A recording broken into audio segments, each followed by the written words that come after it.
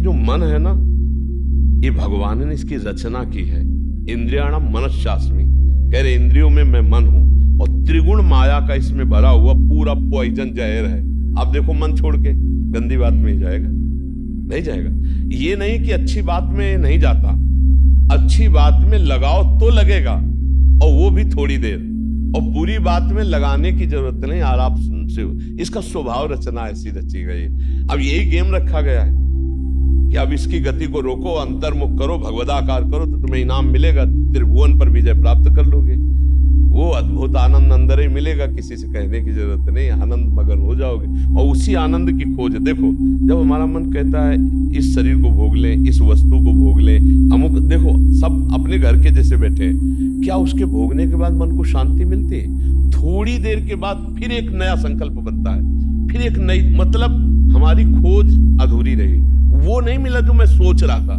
सोचने में जैसा सुख मिलता है वैसा ना भोगने में नहीं मिलता, चाहे वो भोजन हो, चाहे वो दृश्य हो, चाहे वो कोई क्रिया हो। आप देखना, जो मन हमें सोचवा के पागल बनाता है, और जब हम उस पे जाते हैं तो वो चीज हमें नहीं मिलती है।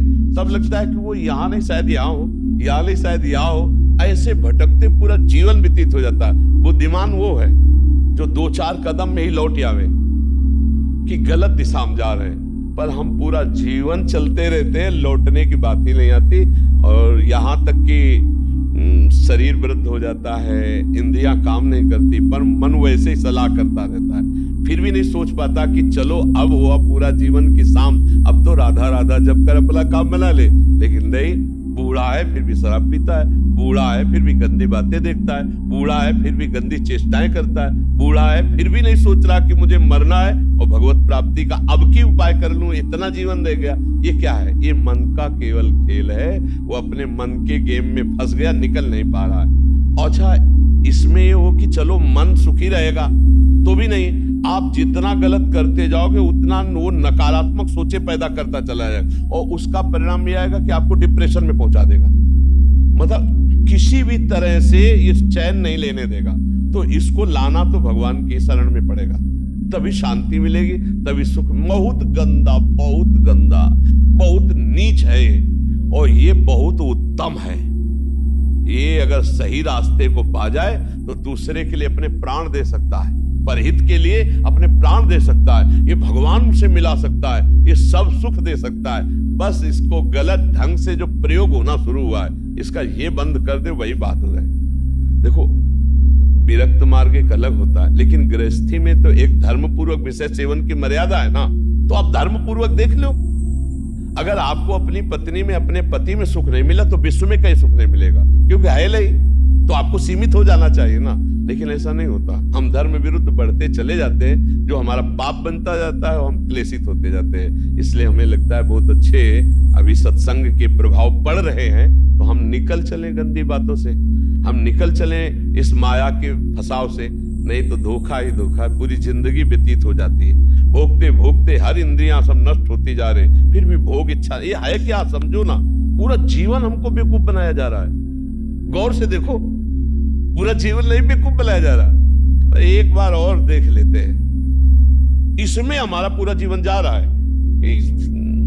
सुख तो नहीं मिला, पर एक बार ऐसे देखते हैं, शायद इस पद्धति से देखते हैं, ऐसे भोजन बनाते हैं, ऐसे ये भोगते हैं, ऐसे ये देखते हैं, ऐसा फसाव करके रोज हमको गिराता है, रोज हमको मन भ्रष्ट करता है।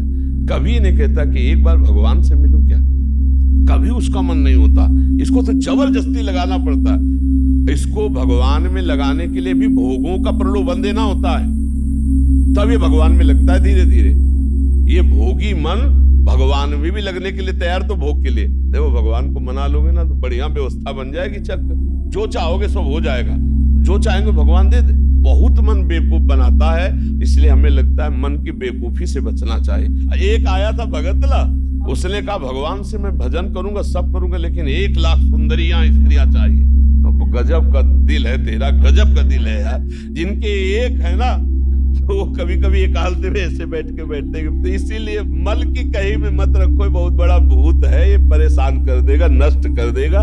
इसे सतमार्ग में लाओ, भगवत मार्ग में लाओ, तभी आनंद की। इसकी केवल चाल है, ये नहीं ये नहीं ये, वो है कहीं नहीं, पक्का समझ लीजिए। ये हमारे को भ्रम पैदा करता, कुछ नहीं है।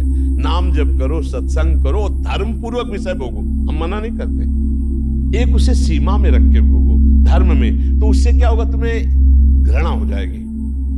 धर्म पूर्वक विषय भोगने से घृणा हो जाती है कि यार, और जो ये व्यसन करके और फिर इधर उधर मन, तो पाप के कारण बुद्धि ठीक निर्णय नहीं देती और बुढ़ापे तक पापाचरण, फिर दुर्गति को प्राप्त होते हैं। अभी समय है, अभी मन को समझा लो, मन को समझ। यही 5 भोग हैं, शब्द, स्पर्श, रूप, रस, गंध। इसी में मनुष्य फंसा है और इन्हीं भोगों से हमारी दुर्गति हो जाती है। बोलो अभी तक फाइनल में अगर बोला जाए तो अभी तक क्या है अपने पास? कोई अनुभव है क्या? बस एक ही है कि एक बार और चांस मिल जाए, बस किसी भी विषय का, मतलब किसी भी विषय का। मन में हर बार ये रहता कि अब की बार, लेकिन कभी अब की बार पूरी ही नहीं हुआ। तो इसको रोकना जरूरी है कि भजन, साधन, धर्म पूर्वक विषय सेवन और समाज की सेवा। कभी एक बार ऐसा करके देखना, कोई बूढ़ा ऐसा भूखा प्यासा फुटपाथ में पड़ा हो और उसको कभी अपने घर लाना, नहलाना, धुलाना, कपड़े पहनाना और भोजन पवाना। फिर वो जब तुम्हारी तरफ देखेगा तो तुम्हें जो सुख होगा वो जिंदगी में किसी भी भोग में नहीं मिला होगा। आप लिख लेना हमारी बात। कभी कोई बीमारी से तड़प रहा हो, किसी के सेवा का वहां कोई अवसर नहीं है और आप सेवा का अवसर देकर उसे आप स्वस्थ करो, आप अस्पताल ले जाओ, फिर जो आपको सुख मिलेगा हम आपको कैसे बताएं। वो भगवान का आशीर्वाद होता है। जब कोई बूढ़ा, कोई बीमार, कोई असहाय, और जब आप उसकी सहायता करते हो तो उसके हृदय से जो आशीर्वाद, वो सुख जो मिलता है। जैसे हम आपको एक दिन करके देखना, तुम अपना भोजन बढ़िया जो है, कोई ऐसे भूखे को खवा देना जो भूखा बैठा हो, और ऐसे जल्दी और आप देखो उसको पाते हुए, और उस दिन आप वो भोजन ना पाओ, उसे पवा दो, तो आपको जो सुख मिलेगा वो 56 प्रकार के भोग पाने में भी कभी सुख नहीं मिला होगा। वो सुख परहित करने से, दूसरे को सुख पहुंचाने से जो हृदय शीतल होता है वो कभी किसी से नहीं होता। इसलिए मानव जीवन के लिए मन को थोड़ा विरुद्ध, जो चलने वाला है उसके विरुद्ध आप बनो, उसे सतमार्ग में लगाओ। अब देखो आजकल ऐसी बुद्धि बिगड़ गई कि अपने पूज्य माता पिता को ही बच्चे दुख दे रहे हैं।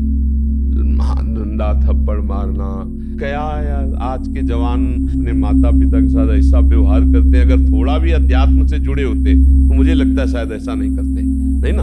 धर्म से जुड़े होते, अध्यात्म से जुड़े होते, ऐसे माता पिता तो भगवान होते हैं। उनकी आंखें नहीं, उनको नहलाओ धुलाओ, किसी मंदिर जाने की और जरूरत नहीं, उनको भोग लगाओ, उनको पवाओ, उनका जो आशीर्वाद है लोक परलोक तुम्हारा सब बना देगा। लेकिन जब अध्यात्म से नहीं जुड़े तो लगता है कौन इनको, तो ये क्या है? ये है मन का वो पापी मन। देखो कैसे पाप कराता, कैसे निगेटिव चलाता है कि अब ऐसे पुत्रों की क्या दुर्गति होगी। तो कभी अगर ऐसा अवसर किसी को मिले कि कोई फुटपाथ में ऐसे तड़प रहा हो, तो आपको जरूर लगेगा कि काहे को बोझा ले, लेकिन आप उसका अगर बोझा ले लिए तो भगवान तुम्हारा बोझा ले लेंगे। जन्म जन्मांतरों के पाप नष्ट हो जाते हैं। जब ऐसे दीन दुखी आशीर्वाद देते ना, उसे भगवान का आशीर्वाद समझना। और जब माता पिता अंदर से साफ देते ना कि भोगोगे, तो फिर भगवान भी नहीं टाल पाते, फिर भोगना पड़ता है। इसलिए धर्म से चलो, किसी का अपराध मत करो, गंदी बातों में मन को न जाने दो, खूब नाम जप करो। यही मनुष्य जीवन का लाभ लो। मनुष्य जीवन एक दिव्य जीवन है, इसका एक दिव्यता का लाभ है।